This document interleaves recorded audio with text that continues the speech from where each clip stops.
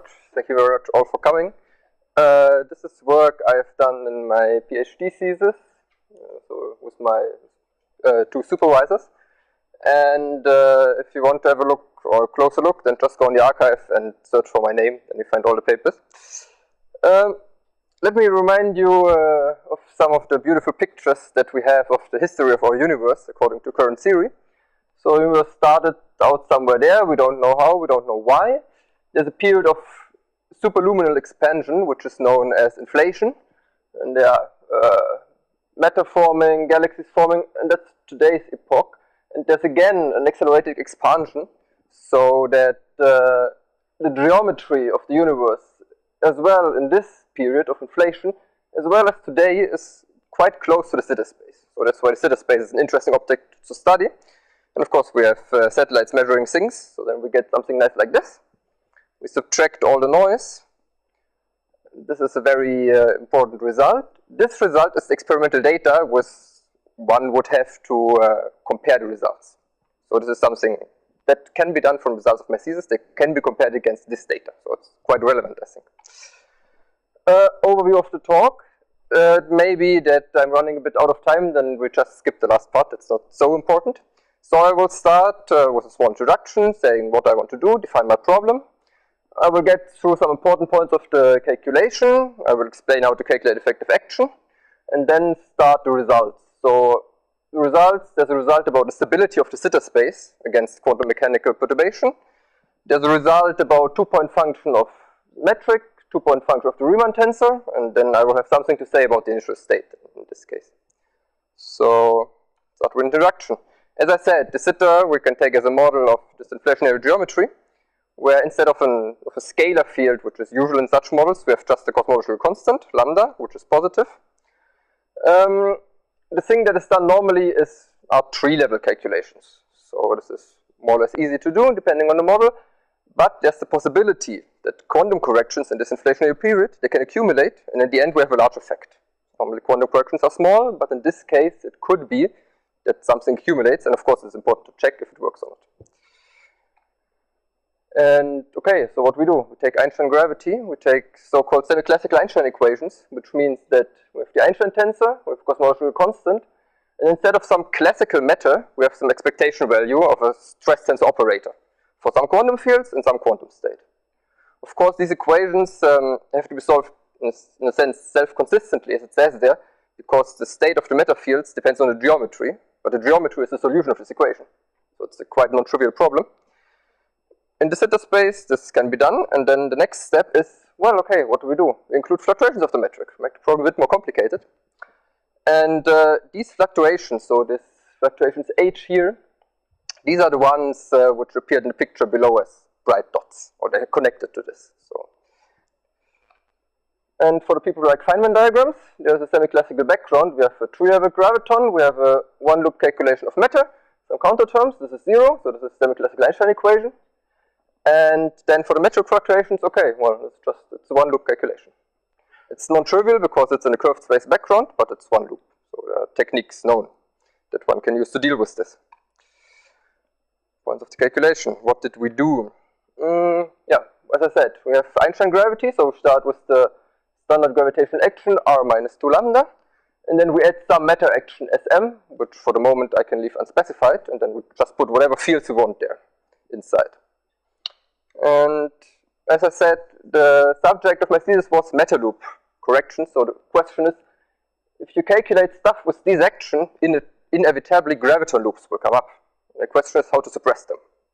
They are complicated to calculate, so we don't want to start with this. But the question is how to suppress them in some nice way, in some natural way. And the idea here is to do a so-called 1/n expansion, which means we take the so kappa squared is basically Newton's constant times some factor. We rescale the gravitational constant, and we take n copies of the matter action. So just a large number of matter fields, and then we take the limit n to infinity with those primed quantities held constant. And in this limit, the graviton loops decouple from the matter loops. This can be seen, well, if one draws Feynman diagrams, which are very nice for this purpose. So each graviton propagator comes with a factor of 1 over square root of n.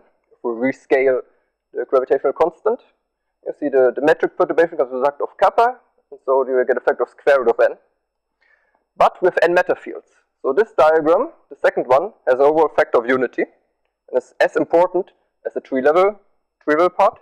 But if we take a graviton loop, we'll have a factor of 1 over n. So this is suppressed with respect to the tree-level perturbation. So by taking this limit n to infinity, what we end up is the tree-level plus all matter corrections. Of course, this is one loop in the matter, but 2 or 3 loops in the matter works in the same way. And what does it mean? Well, we don't have graviton vertices, because they would give rise to graviton loops. So what we can just do is we truncate the action after the quadratic terms in H, and don't need to do this expansion explicitly, which is a bit cumbersome. So just truncating after quadratic terms, and then what we get is this action. So we have our gravitational action. There's a zeroth order part of the matter field, which only depends on the background geometry. There's the usual stress tensor integral, so TAB is the stress tensor of the matter fields in question. And there's some tensor U here, which is the second derivative, which, well, can be calculated, but there's no, yes? So you're expanding T prime? Yes. All parameters T prime? Yes. So What guarantees that it could stay small? nothing. Well, you know that it doesn't change on the renormalization flow because the number n stays fixed. So number n is not a renormalized parameter. Yeah, not number n, but like T prime. Okay. What I'm saying is, so I guess another way of asking is, what's the physical motivation behind the scaling? You're adding a lot.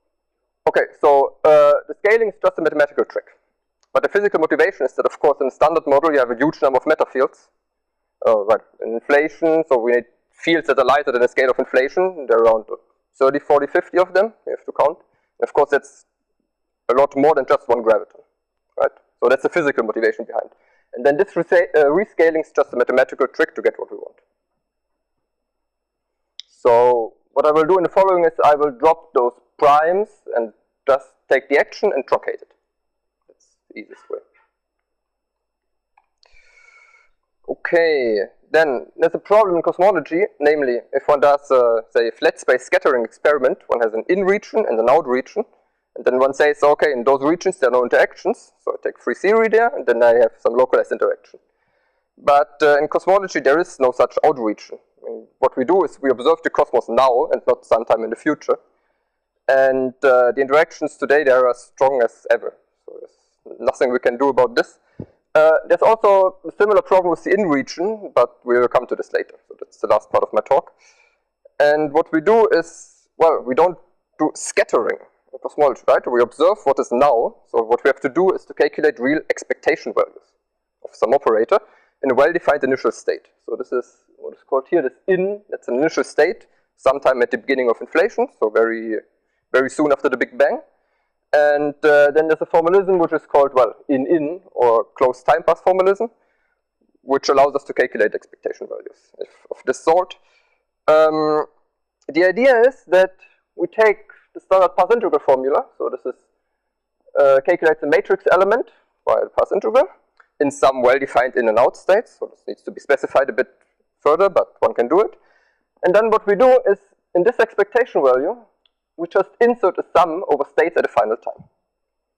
So this is a complete set of states. One can do this, identity operator. And then for each of those two things, this is an in-out and this is an out-in, we have a path integral. So we have two path integrals.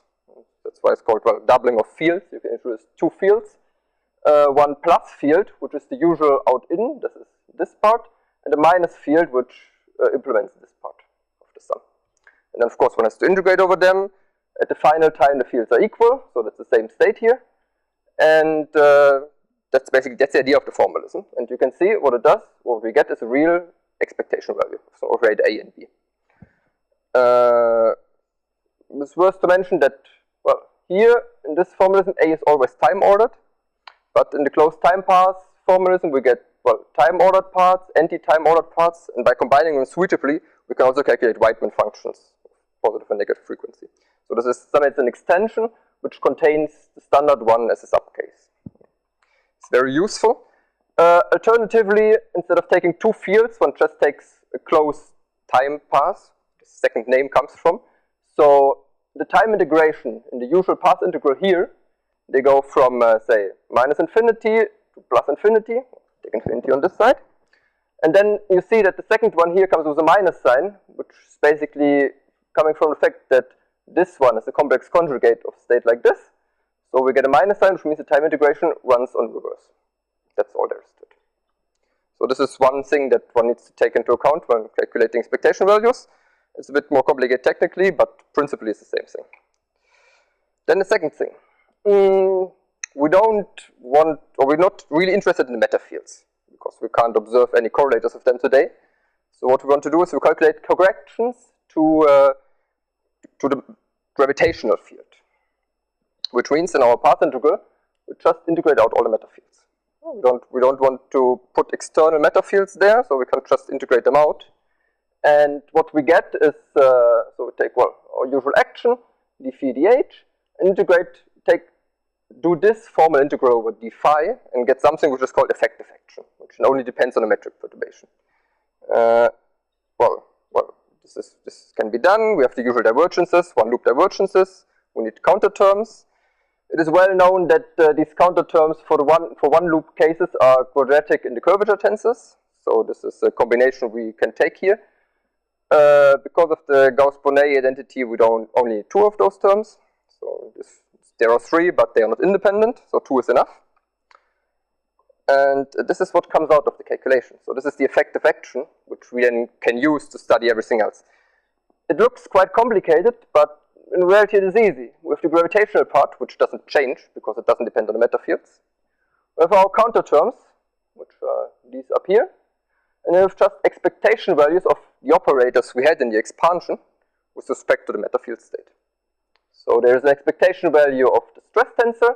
There's an expectation value of this tensor U, that was then second expansion, and there is a non-local term which is a connected two-point function of the stress tensor. So these are the terms that one gets, and these can be now, to really calculate this effective action S, one has to calculate this, and these terms. So that's what I did, basically. Before we come to this part, I explain what we do now. In this effective action, there's a constant term, which doesn't depend on the metric perturbations, so that's unimportant. We can discard this, put it away. There's a term linear in H, of course, and these are just the semi-classical Einstein equations. So we take the variation of this effective action with respect to the perturbation, with respect to H, and then we get the semi-classical Einstein equations for the background. And these equations then have to be solved. And then there's, of course, a term, so that's the semi-classical Einstein equations you get from this. From the gravitational part, you get the Einstein tensor and the cosmological constant. From this quadratic part, you get those tensors A and B, which are quite long, but can be calculated. And you see the only term linear in H that is remaining is the expectation value of the stress tensor operator. So this equation is just the equation I advertised on the first slide, modulo those tensors A and B, which come from renormalization. And of course, all the constants here are renormalized constants, so they depend on some scale mu, scale of the problem. They can be solved. The solution is easy. If we take a de Sitter invariant state, this TAB must be proportional to the metric, because there's nothing else in de Sitter. So there's some constant times the metric. And then the only thing this equation tells us is that the cosmological constant is not related by this formula 3h squared to the inverse de Sitter radius, h, but we get some quantum corrections. So the relation between the cosmological constant and the de Sitter radius changes a bit. Okay, nice, very good. Now I'll tell you how to calculate effective action. This is what I said. So we took the Bunch-Davis vacuum for the matter fields, which is the vacuum which reduces to the standard Minkowski vacuum when you go to flat space. In this vacuum, the stress tensor expectation value is proportional to the metric, and this U is proportional to some other combination, and then we absorb the divergences. In this case, they are to be absorbed in the gravitational action, so in the gravitational constant and the cosmological constant. And the difficult part, was the second part, which is the connected stress tensor two-point function. So the thing is that, of course, we want to calculate something that is observed, so we need the finite part of this expression. The divergences, they are long known, but to calculate the finite part, that's a difficult thing. So to say that, yeah, this thing here. There's one easy thing, which are conformal fields. The zeta space is conformally flat, so we can just choose the expanding patch, which is the one relevant for cosmology. We take the conformally flat coordinate system on this patch, and we just rescale everything. And then what we get is just that the stress tensor for conformal fields is rated by this power of the scale factor. So scale factor shows how the zeta expands to the Minkowski stress tensor. And for Minkowski, this is known, so this is easy. Was done 20 years ago already. So my supervisor and some other guy. And what you get is basically that the stress tensor two-point function here integrated with two metric perturbations, as it appears in the effective action. That this one can be written as the Weyl tensor squared times the kernel. And this kernel, well, it depends on the points at x and x prime, where we take the expectation value. It depends on the renormalization scale mu, so that we had to introduce, and or there's some D'Alembert acting on it. Well, okay. So that's what you get. That's easy. That's an easy part. As a side note, we only get the renormalization of alpha, but not beta. This is probably not very important, so I skip this. Now to the general case. Conformal fields is just a small subclass, which is, at least from what I understand in inflation, not very important. So one would like to consider minimally coupled fields. And, the general case, so for general mass and curvature coupling, this can be done in Minkowski space. So this is something, this method I devised. Namely, well, this may be a bit technical, so I don't know.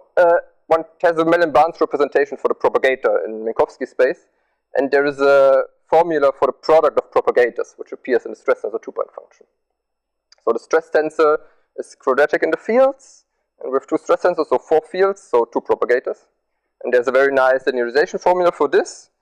One has to extract some differential operators, and what one gets is basically that the stress tensor two-point function is these operators acting on a kernel. So this one is a distribution, well, it's not a distribution, so this part is not well defined. This part needs to be renormalized, plus some finite part. And another combination that appears here. So this is what one gets. And now what we do is renormalize. So this is renormalization in coordinate space. This object here is given basically by the D'Alembert acting on the same kernel we have seen before, plus some divergences, well, so they are local, and they are divergent as n is going to 4. 4 dimensions, we have a problem.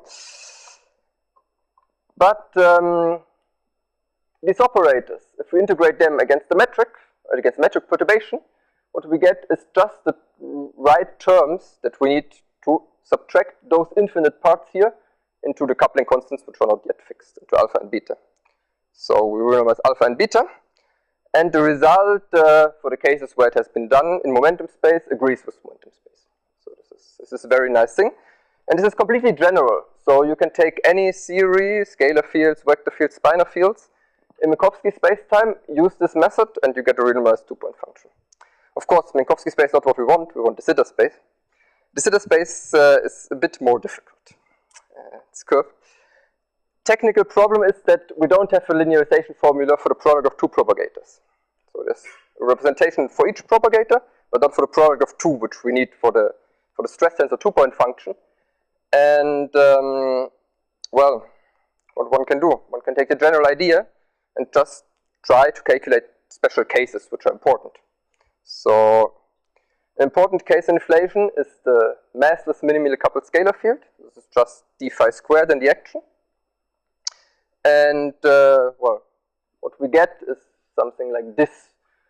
So the stress tensors, well, this is the zeta metric, some numerical factors, and then this is powers of the geodesic distance, basically, between the 2 points. This is the regulated expression. We make an ansatz. We say that this one, integrated with 2 metric perturbations, is equal to the product of the linearized Riemann tensor with some kernel, which is basically what we had in Minkowski space. We have that these kind of objects integrated with two perturbations is the Riemann tensor with the same function. So that's the idea. We take this idea to de Sitter space. We make this ansatz, so this gives a lot of terms, it's a very long calculation. This is an ansatz, then I compare coefficients, and then this matches, so then that's the thing.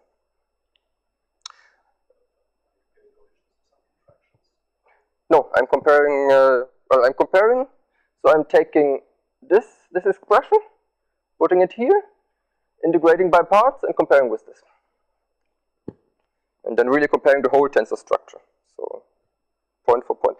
This is very long, so it needs to be done by computer. Yeah, partial integration, and then compare those numerical coefficients which appear here in front of those terms. And then we see that, well, so this one is 4 dimensions, that's a well-defined distribution already. And it's only these terms that need to be renormalized just as in Minkowski space. It's the same in Minkowski space. We had this nice equality, which tells us how to renormalize powers of the distance squared of the power 2 minus n. And the Sitter space, it's a very similar formula, which is, of course, now it's 1 minus theta. Same power, 2 minus n, we get a finite part and divergent parts. And then in the same way as in Minkowski space, we absorb those divergent parts into counter terms, and these counter terms are the same as in flat space, as one would expect. UV singularities don't care about global curvature, only care about local things. So in the case of the massless minimally coupled scalar field, I checked this, I did this calculation, it works. In principle, I don't see any reason why it shouldn't work for any other case, but the calculation is difficult. So, because of the fact that one cannot use Mellon-Barnes representation, which works nicely in Minkowski, it's not straightforward to use this in de Sitter, so calculation just is more involved. But in principle, I am convinced that it works all the same way. So this is the general idea. So we have everything we need, so now we can get to the results. The results are, well, first result I have is on the stability of the Sitter space. The equations of motion one gets from the effective action are complicated. They wrote here the tigt-group differential type. The tigt-group type just comes from the fact that the effective action here double integral. The variation takes care of one integral and one integral. Thing, the differential is clear. And the problem is that because of the counter terms to add, the equations are of higher order, so they are fourth order time derivatives. How do we solve such equations? They can't be solved. It's possible. One could think that, okay, what we did are calculating quantum differential. What we can do is just take terms of the code. Definite equation, then as perturbations, determine perturbations these ways. But there's a problem in this case, namely that parameter control the term can't be. It's not just the root of kappa squared, it's very small, but it is kappa squared multiplied by the time that has elapsed since I prepared my initial state.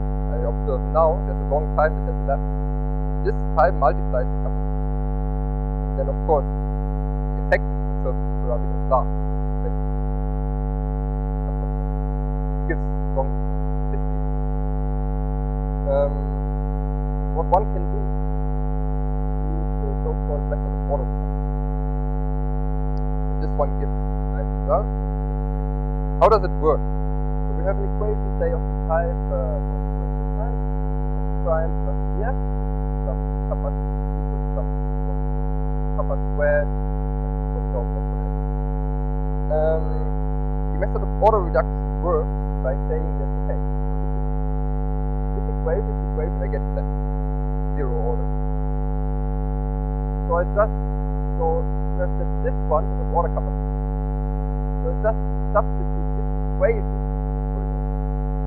I do a mistake of order kappa to the fourth. Well, there are other corrections of kappa to the fourth, which I haven't calculated anyway. That's basic. prime here are just replaced by minus df, and double prime are replaced by 1 squared f squared, and so on. And then, of course, the remainder term of smaller capital force is taken and doing, but well, I don't care about it because there are other corrections of smaller capital force which I ignore anyway. Right? This method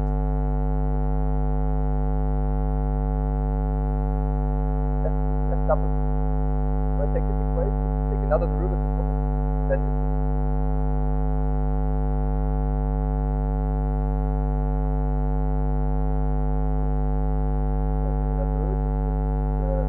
double prime plus df prime smaller capital force. Then f prime is minus df plus term smaller capital force. F prime. So the Minkowski space is equal to perturbable. Minkowski we don't have this problem that the kappa squared gets multiplied by the time perturbable growth, the balance growth. And the Minkowski space is always actually equivalent. But in this space, so it does work, but it's not. And of course, if you have a series of a second order equation, and it's always isolated.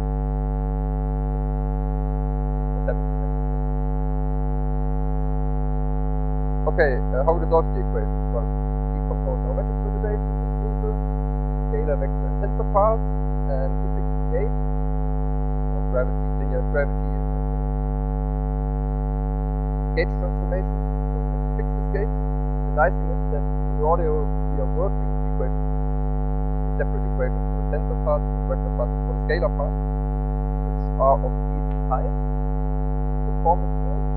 We get a dynamical equation, a volume equation for the tensor parts, and we get a strain equation or elliptic equation for the vectors.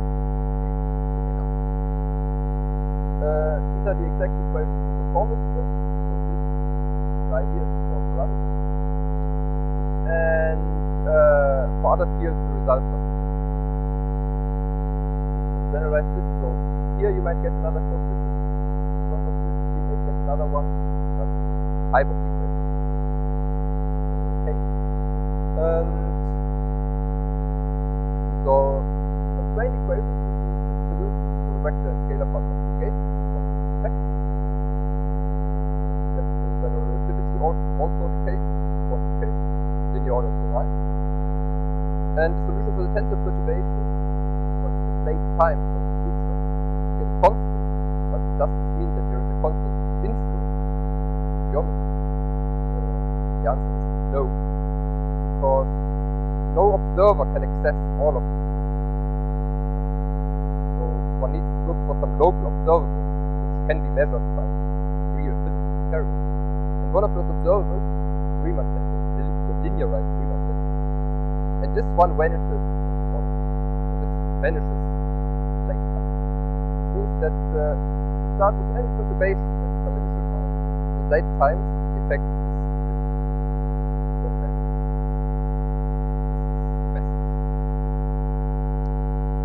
now one can think about, say, okay, Davis vacuum, but we have some excited entirely possible. In this case, it's just equivalent to the different source on the right hand side of this equation I showed before, and one can check for very wide class of initial states. These additional terms come from the source, they fall off even faster than this. Any perturbation class.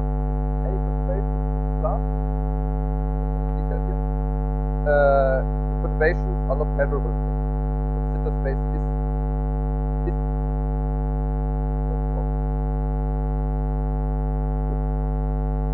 some catastrophic quantum structure of okay, that's about other method fields.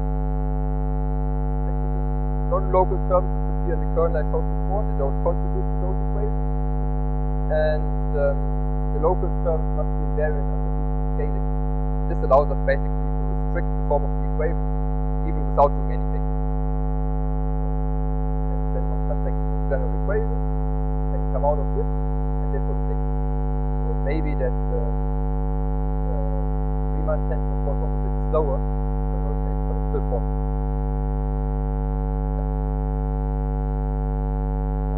More interesting part, metric function. Something that small just actually better. So we calculate the correlation function. This order reduction is too complicated in this case, so we do perturbative expansion, which in this case actually works. Get a propagator, and get direction, local term, just that the two-point function appears. This is basically the standard QFT. Of course, for the gauge invariance, as I said before, propagator gauge fixing. So what one can do, one can take average gauges and determine the action, then all components propagate, or one can take the exact gauge one had before, then scale back to a propagator. Propagator, propagate, but it's just implementing the constraint equation. It's no problem. It's a bit ugly. Explain anything anymore. Full result. No approximation part of one method of graviton loop and order, but what can we do with this horrible thing? Well, we calculate something that homologists measure. There's something which is called the power spectrum that defines this. Propagator is right hand function times correct indices negative. And the problem in this case is a three-level definition. So one loop corrects the distribution. You can't just take it to the time.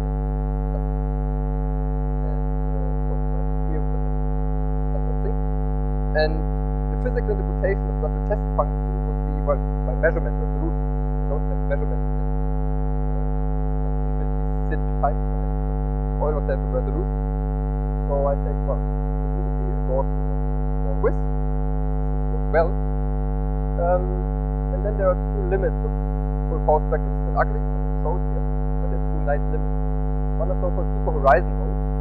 The mode has a very long wavelength, wave vector, and well, it's three-level power spectrum.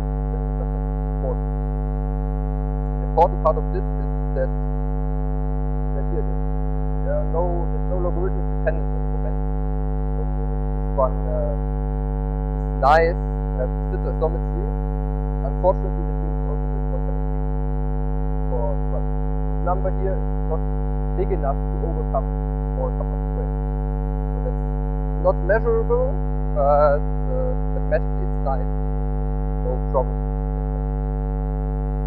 So this is in contrast to some earlier results that the model logarithm just perfect. And then another case are sub-horizon modes, the ones that very small scale, very small wavelength. You have the three-level result, and then there's the correction. So this correction depends on the number of methods. N, and also depends on the measurement. But well, if you plug in actual numbers, this one is -15 at least.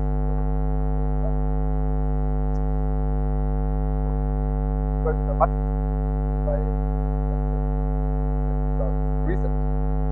So, well, that's what it is. And now some other interesting objects. This is a two-point function of metric. Gauge changes, not very nice probably, and as I said, for large wavelength modes, those are observed. What I wanted to do is take the correlation function of an observable, or a local observable. And I did. That's okay. So boundary conditions for gauge, physical observation, we don't know what happens on the horizon, so we don't even know those boundaries. And the Riemann tensor is nice observable, and it is local. There are no problem with large wavelengths. Really can be measured by physical experiments. So this one is the two-level result plus linearized term plus the differential operator and the observation. And then the connected two-point function just applying the differential operator on the two-point function. You've seen before that the metric perturbation two-point function is a horrible result, so it's more horrible. That's why I can only recommend this exact test. It's very nice. And what we get is actually sit and then result. So you can express it in terms of the derivative zeta and the metric. So it's exactly the Bianchi sense. Quite sure this result is correct. This is very nice because gauge fix that we have in respect. We find a bunch Davis vacuum in conformal coordinates. So very easy to see that this is a nice state of gravity. But we were talking about the that it is. We give theta a very state, which gives theta very flux.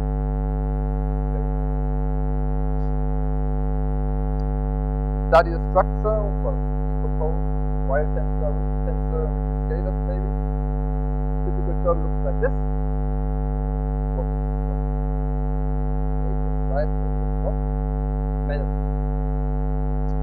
And then of course one has to check that this one has the proper singular behavior, appropriate distribution. So it might appear that it's singular when theta is -1 or theta is +1. But actually it's only divergent at the coincidence. So theta equals 1 means light like this. That's what we expect. Then in this space, it could maybe an unpolarity theta equals -1 and equal to 1. But it's only when it's part of the space. This is nice because those antipolar points, they're never in causal contact. It would be very strange if the vacuum that you should see or something there. Also reassuring. And what's very nice is that this thing for large separation, either large space-like or large time-like separation, which both corresponds to theta equals plus or minus infinity, is formed. So off for the power of theta, take time-like separation, over time, is exponential. So this operator satisfies classification. Take the arguments power part. Correlation function. It's very nice problem. My rigid correlator does more or less the same thing, which we see also, but for the first time, whatever. And there's another check, one can derive this equation, which basically says that rigid tensor correlator is basically stress tensor, as one would naively think follow from the Einstein. The equation is just GAB kappa squared over 2 times TAB. In this case, the equation scalar vanishes. RAB. And it is not so straightforward to prove that this relation holds every time, but it does. In our case, it does too. Also, another check indicates that it's probably done right. Then the question is, okay, so it's a very long calculation. So all these steps, the metric two-point function, Riemann tensor needs to be computed. So the question is, for this result, it's just a formula. So the question is, for other kinds of matter, we need to repeat all this calculation, put it in principle if necessary. Or if you're only interested in the Riemann calculator, physical observer, local observer, can we calculate it maybe direct or in some other way? Well, yes, you can. At least up to the constant. So what we do? Well, propagate at first linear as Einstein. We apply this formula we had for the quantum direction. Get that one might think naively follows what Einstein did. Follows really also the quantum direction too. Namely that the correlator of the linearized Einstein tensor is just proportional to the correlator stress them. And of course, these guys can calculate more or less easily. So metaphysics, then we all already know this stuff from the full thing. First, it only works for white. Or if you want to say time-ordered two-point function for ancient tensor, we get additional local terms on the right-hand side, which are quite complicated to calculate. But at least the white function is good. Second, there's no Riemann tensor here, so how do we get the Riemann tensor for later? And the answer is, take the second variant, relate the divergence of the Riemann tensor, the divergence of the Ritchie tensor. The Ritchie tensor we get from that. This is the idea. Namely, what we do? We assume our stress tensor is the Sitter variant. Take the Sitter variant state for the matter, and we get the Sitter variant two-point function. We make the decomposition, as already was used before, Weil tensor and Ritchie tensor. Then we just make the most general ansatz, which affects the symmetries of our function. So maybe you've seen before that two-point functions, they only depend on modulus, the spatial separation of the points, then on the type set. Poincaré patch is invariant under spatial rotation optimization. Of course, so these symmetries can be automatically observed throughout any calculation. And then of course make the answer respect to those symmetries, and then apply the Bianchi together with it. Turns out that yes, we get the Riemann tensor correlation. We can show that it is invariant up to two integrations. There are two free constants which cannot be determined with this method, but everything else is. And then one can say, okay, we don't want singularity for the antipolar points. One of those constants must be taken to 0, and the other constant is related to part of the Y correlator, which arises from free graphs. We don't know the strength, free graviton, but everything else is determined. Also, it's a very nice result as well. And then one can study fall-off properties of these, so they are similar to before. Falls-off stuff.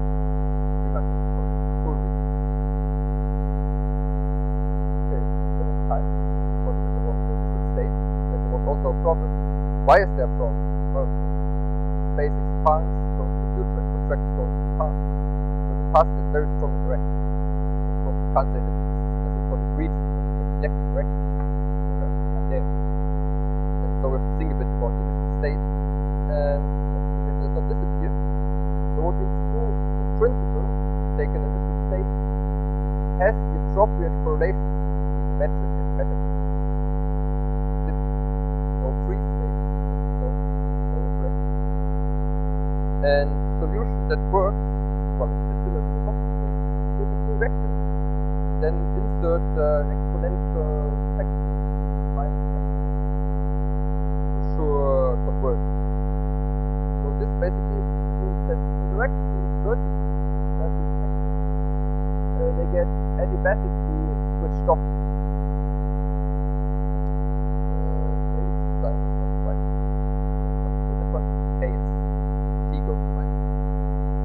And this basically means that our integration will go a bit complicated. The solution works and it selects the appropriate which selects a good initial state which has this prescription. Well, it's working for Poincaré patch, it's fine. It's working in, it's good. It doesn't work in global decision because global coordinate is exponentially path. The exponential term here doesn't Poincaré patch function is also exponential factor serves switch the direction on it. We get so the vacuum that we get here goes instant order evidence. Very good. One could also take another one, which was a linear vacuum, which is one we get by the identity continuation from the sphere, which is the real and at least for the cases where it has to be done in detail, this vacuum, field vacuum coincides with one of the end. That would be another method to calculate. And what also would be nice to check probably is some discussion that's going on in the community. If the de Sitter invariant propagator to gravitons exists or not. So what I did here was to work with a non-de Sitter invariant propagator and to see that it doesn't matter. It's not de Sitter invariant. But of course one could also take the de Sitter invariant propagator and well, we found that it's case equivalent to what I use here. And since the Riemann correlator is case invariant, the result should be maybe nice to check. I did.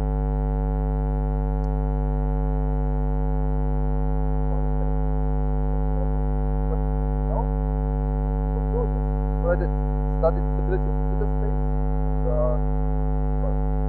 and the influence of quantum corrections coming from any kind of any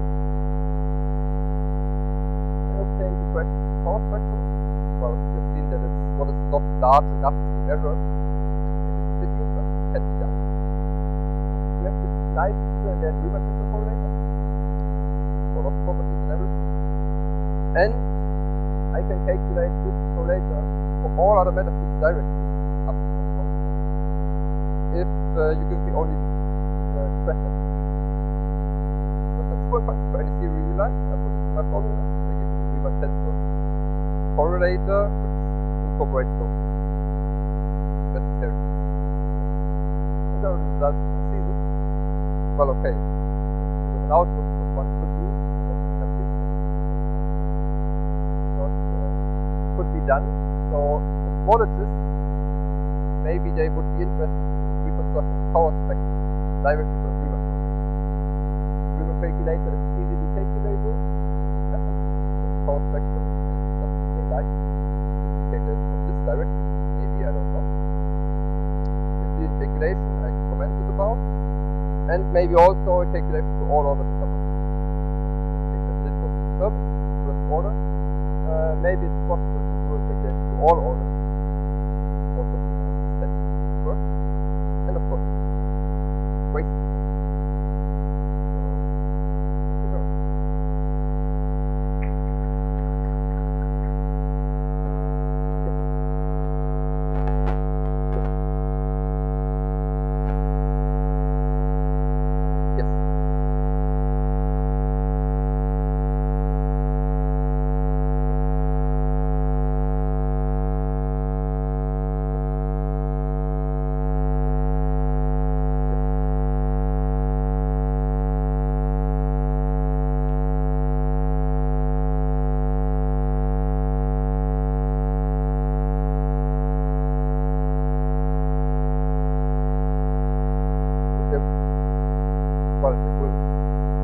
There the next order one over n.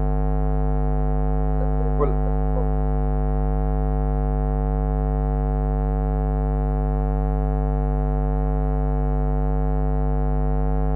No. So at zeroth order in 1 over n, you get all metals. Any number of metals you can imagine, they are there. Then first order 1 over n, you get one graviton loop with all metals.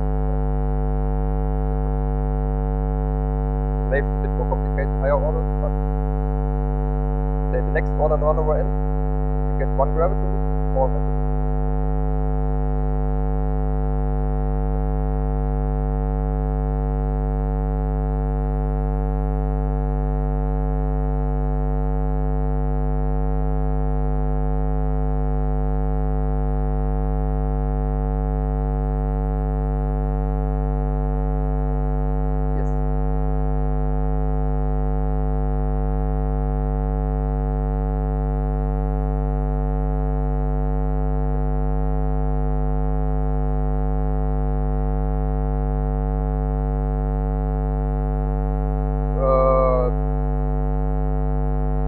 Well, I mean, so I think the Sitter in this case is the same.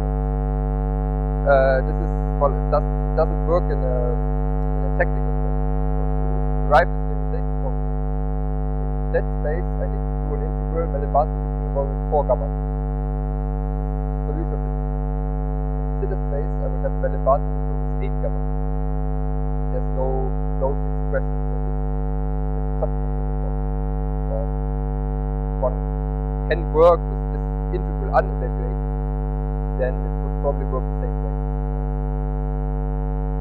Because you can't get explicit result for this one. It's just pure technique.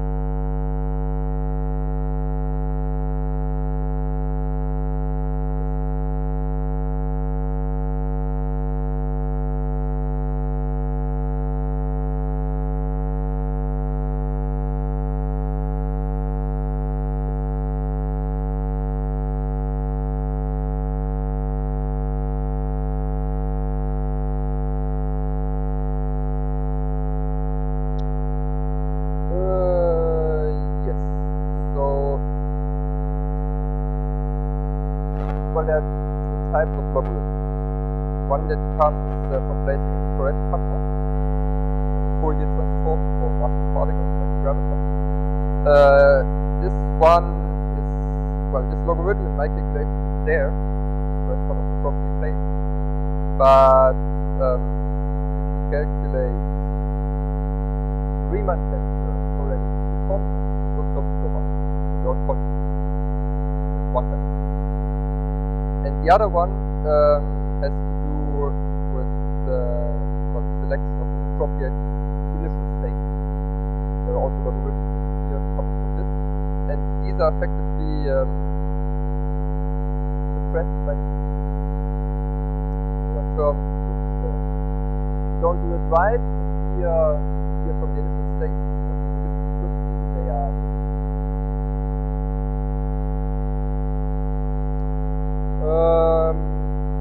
well, as I said, you need to find an appropriate feedback.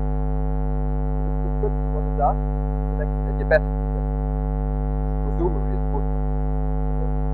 I can't give specific arguments why it must be right, but surely it's good. And of course, what you could do is consider the initial state as a finite time. And you don't need to. But then what you get is things that depend on it. Plus, these correlations that you do with this time. This is also quite good. This could be done, and it probably would be also good. But what you have really an asymptotic index. You need somehow adiabatic instead of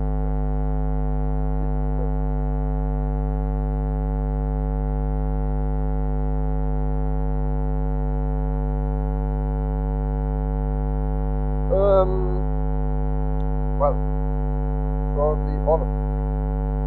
So first, I think they would not accept that Riemann calculator is I think they would probably say that some is breaking. And then another thing would yes.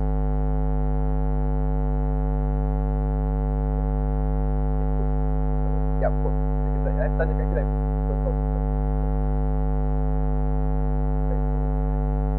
Something, or maybe a description of the word. And then another thing that has been criticized was smearing one equation. Physical, of course, can't be done this way. Paper by someone else, who argues that the concept can be defined in different ways. But then when the problem is